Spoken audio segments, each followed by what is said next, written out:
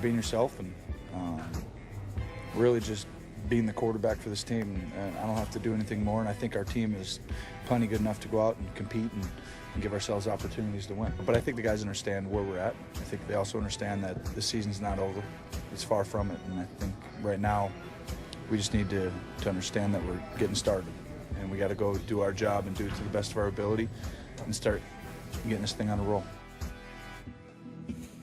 Don't call it a comeback. He's been here for years. If you're working for the weekend, you made it. Happy Friday. Appreciate you being with us here on First Take. To my left, Skip Bayless. Stephen A. joins us from Philly. Gentlemen, good morning. What's up, LL Qerim? How are you doing? What's going on, Skip? I'm good. What's going on, man? I cannot compete today with that outfit. It's over. No moss. I give up. You got me today. I'm just going along for the ride here. I'll just be your punching bag the rest of the day. I like it. You like the fact that I rock no tie today? Yep. I thought I'd do it. I thought I'd do it as a tribute to Skip it. Bayless. Yeah. All right, I just tried to do it. I just tried to do a little something. You can take that look anywhere on a Friday, Stephen A. And speaking of which, we have a fun show planned for you as we head into another big fight weekend. This time, it's Canelo versus Cotto, Puerto Rico versus Mexico. Woo. The guys will make their picks later. Looking forward to that. But first, Tony Romo will make his return from a broken collarbone Sunday against the Dolphins. The Cowboys lost all 7 games while Romo was out, and according to Elias, no team has ever made the postseason after being 2-7 or worse through 9 games. Skip. Yes. Will Romo sink or swim in Miami? Stephen A. Smith, he will swim in Miami. He will swim back to shore. He will save this team from going under after 7 straight losses without Tony Romo. But I will say, before I give you all the whys of my argument, that if I am wrong, I will sit right here on Monday and I will say, I was dead wrong about the 2015 Dallas Cowboys. They are over, dead, and gone. That's what I will say on Monday if they lose. But they are not going to lose. Their season starts now. I love, and we just saw some clips of Tony Romo, love how bold he was all week this week. Love how he embraced the pressure of saving this season when a lot of franchise quarterbacks would say, now, wait a second, don't put it all on my shoulders after you guys lost 7 in a row. I love it how he tweeted out the clip from the movie Major League in which he sent the message to his teammates, there's only one thing left to do, win the whole thing. Maybe not win the Super Bowl, not yet, we're not quite there, but at least win a division that's begging to be won by the Giants and the Eagles and the Redskins. I love this team's chances right now because I really like the way, and Tony Romo said he liked the way this team played in 6 out of its 7 losses. It put itself in position to win those 6 games. It couldn't close the deal. As talented as it is, as well as it did play in spurts, it just needed one more big play from its quarterback. Just stay off the Whedon and Castle back to outhouse. It needed Tony Romo. And I will be the first to admit, Stephen A., this will not be easy because the Dolphins are coming off a big win at the Eagles. Ndamukong Suh, I don't know if you've noticed lately, is a terror on a tear over his last 5 games. He's got 4 sacks, 20 tackles, 8 disrupted dropbacks. He's a beast. He's a force. And I'll be the first to tell you, I'll admit it up front, Tony Romo's coming off a 2nd broken collarbone. Didn't even have surgery this time. They hoped it would heal on its own. It is still at risk. I'll be the first to tell you. But Sean Lee is coming back this week. I'm pretty sure he's going to play, and I hope he plays well. Des Bryant's been a little iffy on his foot, but I bet you he'll come back to life with Tony Romo back at quarterback.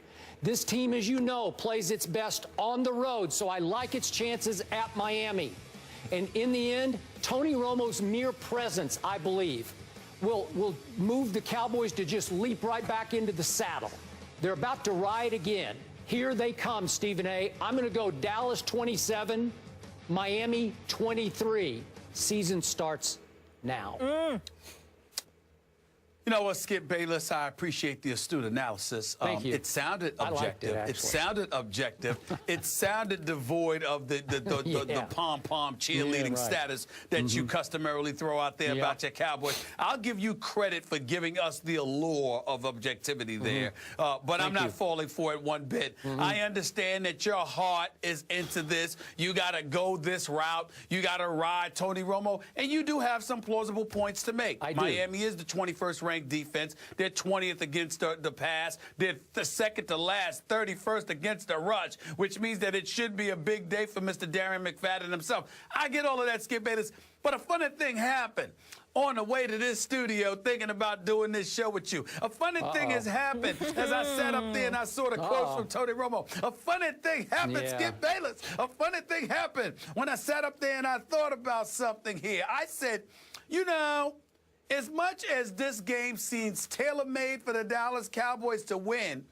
if they are indeed the accident waiting to happen that I happen to know them to be and I have proclaimed religiously, considering all that bantering, all that talk, how Tony Romo is supposed to come and save the day, this is a beautiful time for them to lose. I mean, I could see it coming, Skip Bayless. I'm picking Miami to win this game. I'm thinking that the Miami Dolphins, with the Ryan Tannehills of the world, with the Lamar Millers of the world, okay, with the Landrys of the world, with the Matthews of the world, even with the Greg Jennings of the world chipping in and what have you, I just have this funny feeling that Ndamukong Suh is going to get to Tony Romo. Will he knock him out of the game or something? No. But will he rattle him a little bit to the point where he's just not himself, hasn't fully recovered? Will he give us indications and reasons to believe that Tony Romo just may have come back a bit too prematurely, even though he's supposed to be right on schedule because this is right around the time he was predicted to come back anyway? I think all of those things are possible. So from a football perspective, in terms of your astuteness in breaking it down, you're absolutely right. Considering Miami's paltry run defense, combined with the fact they're not that great against the pass and they're not that great defensively overall, okay, I look at it from that perspective, and their inability to really make but so much noise offensively from time to time this year, inconsistent to say the least, I would sit there and say the Dallas Cowboys have every reason to believe they should win this game.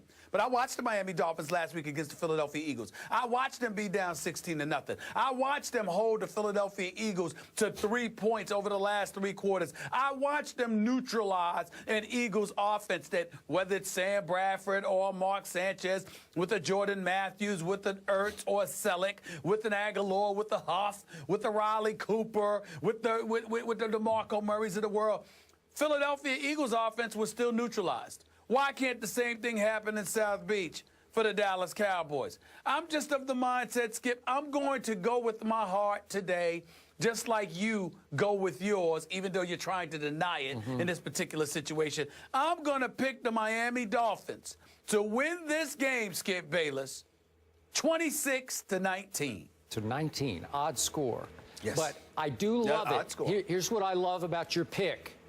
What I feared the most when I woke up this morning is that you would try to trump my pick, to jinx my pick, by picking my pick. I thought about it. I did. I know you did. I thought about it. And so now I'm good because if you had picked Dallas, did. I'd be dead. I'd say, that's it, I'm done. That's the way you could have jinxed me.